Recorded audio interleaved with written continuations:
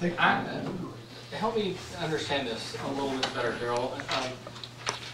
Should it not be, I mean, if we have a project like this, should it not be the 4B's responsibility to kind of oversee the project and oversee the funding of it, but get the approval from City Council? I mean, we go to City Council to get the okay, but shouldn't it be the 4B's responsibility to prioritize and run with the project? If you look at how projects are intended under the 4B rules and regulations, you're exactly right. Projects are brought here, we analyze and say whether we want to do them or not, and then we go to City Council to see if they will approve us expending the money. Because the money is vested in the 4B corporation. It's our responsibility to spend it wisely according to whatever the plan is that we've agreed to with the City Council. Right? So, in philosophy, you're exactly right. Oakdale Park, though, is a bit of a strange animal because we didn't really have the processes in place. You know, the cart was way in front of the horses on that one. We decided that we were going to buy it, and then we tried to figure out how we're going to do it. And so that's a little bit of why we have this disconnect. But in general, a 4B project should be under 4B. And I have seen, I've audited several cities where, you know, the 4B is merely a funding mechanism. And so the 4B funds it as far as the actual day-to-day operations, planning, construction, all of the processes that happen besides funding are totally run by the city. So 4B is a funding mechanism for these projects, and they're not truly run by the 4B.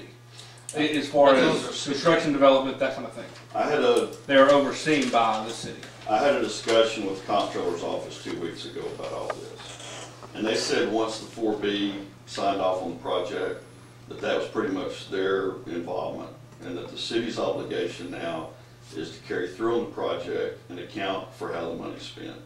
Right. I thought every time we approved 100,000 or whatever, we're approving whatever that money's to go to as far as what they want to spend it on. Once we approve that, that's basically, even though they don't have a plan, we're still approving that money for that project. Right. We approve money, but like I said, the cities I have seen, the cities I've audited, and I've audited Cleaver, Grandview, Bridgeport.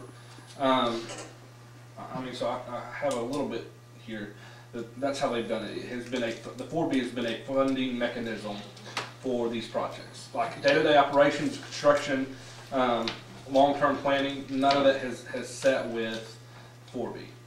I'm okay with that. I have no issue. There's no ego here, but I feel like what build these things. There's probably too many chiefs here, and there's too many hands in the pot. Making too many decisions, and it seems like it's just being strained a little, and I don't feel like we're getting a whole lot further down the road than we need to. I think the two areas of confusion I think that I've really seen the most is it going to be RV park or are we preserving Oakdale Park? That's where I've seen the biggest two areas of confusion. And I remember we discussed this over here. I don't ever remember it being all RVs. I remember there's going to be other areas we discussed for playgrounds or entertainment or recreation areas. Chris, but I think his question right now is kind of whose head is it run by the city council or does it need to be run by the 4B? That's where the flag is. I mean, when you see something that alters from what was original, now you've got conflict.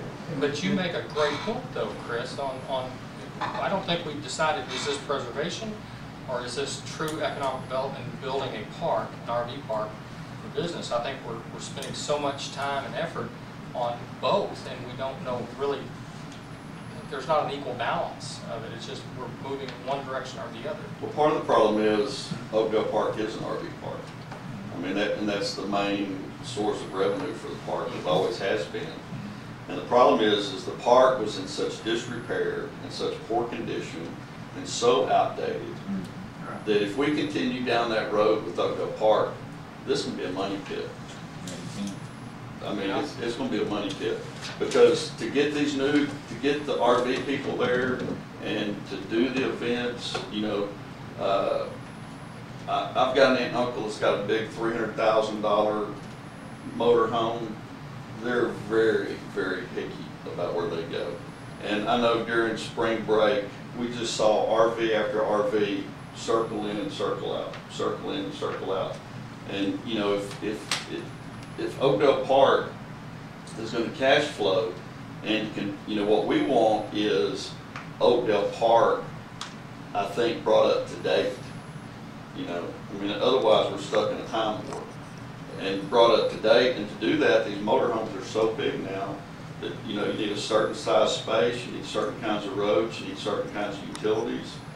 And I can see utilizing some of the new area for the bigger ones, but I can't see, it's just like I went stood by the pool and just envisioned all the parking lots. You could see every parking lot from one point, and I could just imagine all the cars you'd be just seeing instead of the trees. well, the bulk of the RVs are intended to be on that new property. On this other, where the RV spaces are, Right. that the plan is for that to be like the smaller trailers, the pop-up campers, and the tents. But the big monster motorhomes, try to put them over there on that other piece of property.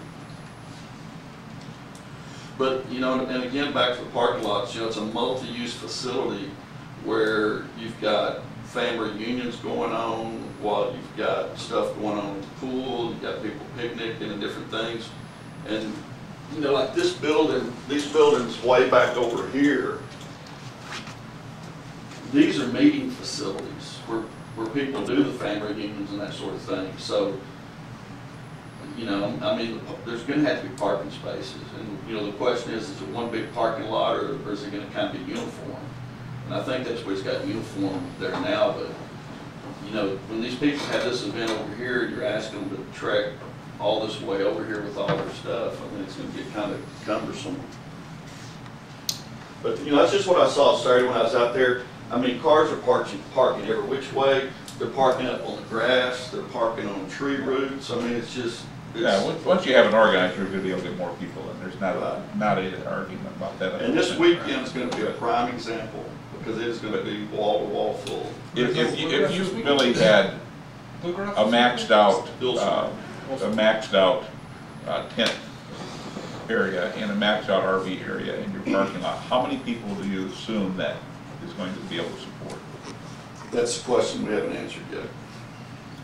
I mean, I'm not sure how you do answer that. I mean, there's 100 RV spaces, and there's probably 140 parking spaces. So, you know, I think 1,000 people is going to be pretty much the max number.